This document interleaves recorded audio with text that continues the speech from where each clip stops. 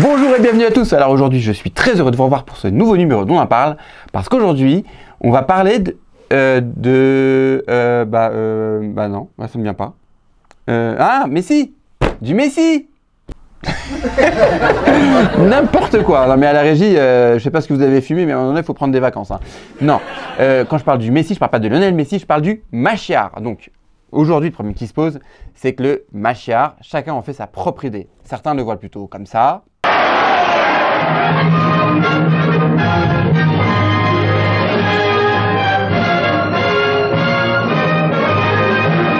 D'autres plutôt comme ça. Et d'autres encore plus comme ça.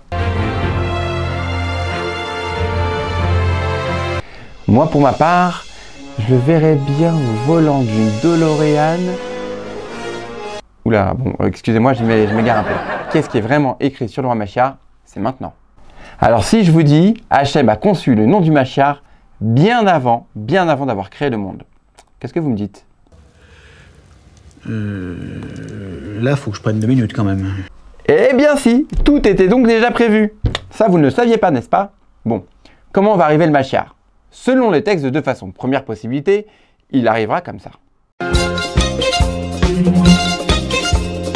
En effet, c'est possible, je dis bien que c'est possible, qu'il arrive sur un nuage et nous serons donc tous témoins de miracles. Donc là, évidemment, il n'y a pas de place au doute, hein, c'est pas comme si on voyait ça tous les jours. Deuxième possibilité, il pourrait arriver d'une façon plus normale, c'est-à-dire sur un âne, donc sur un âne, comme n'importe qui va au boulot en fait. Hein. Bon, mais du coup, comment va-t-on le reconnaître? That is the question. J'ai pas entendu. C'est qui le patron? Beaucoup se demandent, à juste titre, hein, qui est le Messie? Bon bah déjà, il faut se poser la question, qui n'est pas le Messie? Réponse, celui qui dit qu'il est le Messie. Hein, on a eu beaucoup d'imposteurs, dont un certain serpent qui attend toujours ses pattes à l'accueil, et un autre que vous connaissez tous très bien, qui a finalement monté une petite boîte bien à lui, qui fonctionne parfaitement depuis plus de 2000 ans. Ah, c'est juif. Je suis peut-être né dans une étable, mais un jour on me construira des édifices que même les plus gros milliardaires pourront pas se payer. Donc, petite astuce pour ne pas vous faire rouler dans la farine, ce n'est qu'après tout ce qu'il aura changé sur Terre qu'on sera sûr et certain que ce sera bien lui. Pas avant. S'il n'a rien fait qu'on vous dit « C'est l'élu ». Vous pourrez lui répondre « Hors concours celui-là. C'est comme ça depuis 1 heure, ça n'arrête pas. Mission du Machiar si vous l'acceptez, amener la paix dans le monde, chasser Daesh les mauvais coiffeurs et la CGT, reconstruire le temple et faire venir tous les juifs en Israël sur Air Yehoula. Et en business class bien sûr.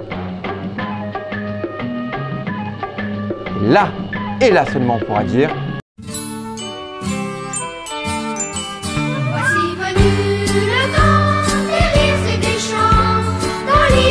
il faut savoir, mes chers amis, qu'il est très important d'attendre le Machiar et de souhaiter sa venue avec le cœur. Car quiconque n'y croit pas, c'est comme s'il contestait la Torah elle-même. Et oui, donc quant à connaître la date, autant vous dire que personne ne peut vous le dire. C'est pas la peine d'aller molester ou bousculer les rabbins pour qu'ils vous le révèlent. Personne ne le sait. Hein? On peut toucher? J'ai même mieux.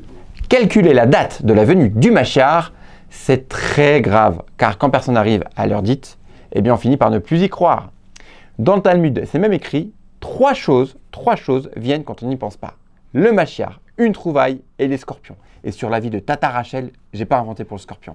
Donc ce qui est interdit d'après la Gemara, c'est quand tu dis c'est cette date-là, et si c'est pas venu à cette date-là, ça ne viendra pas. Moi quand je parle, je dis je me trompe toujours. Ce qu'on peut affirmer en revanche, c'est qu'on s'en rapproche. Rachid disait que lorsqu'Israël donnera ses fruits en abondance, c'est que nous serons proches de la délivrance. Et qui aujourd'hui ne connaît pas le miracle agricole israélien? Mangeons tous des fruits en provenance d'Israël. Découvrons ensemble cette technologie agricole qui a permis de rendre fertile le désert et qui s'exporte aujourd'hui dans le monde entier. Bon bah la question qu'on se pose tous, après Machiar, comment ça se passe? Selon le Rambam, il n'y aura pas de changements radicaux dans la façon dont fonctionne le monde. À part simplement le fait que le temple sera reconstruit. Jérusalem unifiée, plus de famine, plus de guerre. Israël sera reconnu parmi les nations du monde et en plus, en prime, nous serons tous érudits en Torah. Bon, à part ça, pas de changement de ouf. Hein. Le troisième temple éternel s'est édifié au centre du Har Habayit, dans la capitale. Les témoins visuels décrivent avec émotion le spectacle, la lumière et la sainteté.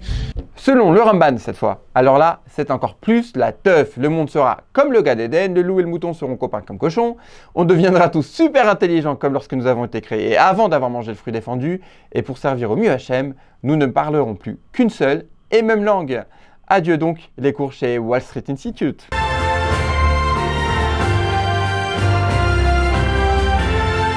In the tremendous joy of that time, all the misery of the long exile will be forgotten. Bon bah vous l'avez compris, il y a plusieurs scénarios possibles hein, et les textes sont hyper énigmatiques sur le sujet. Mais dans tous les cas, la façon dont les événements auront lieu en détail n'est pas ce qui importe le plus. Ce qu'il faut juste retenir, c'est que quand il viendra, ce sera... Mashiach, Mashiach, Mashiach. Mashiach, Mashiach, Mashiach. Donc on ne se tracasse pas de qui est Mashiach, mais plutôt de tout faire pour qu'il arrive au plus vite, qu'on puisse enfin se la kiffer grave. Bon, allez en attendant, Kol Tov à tous. אבל מי שיתממע עם כל זה אחר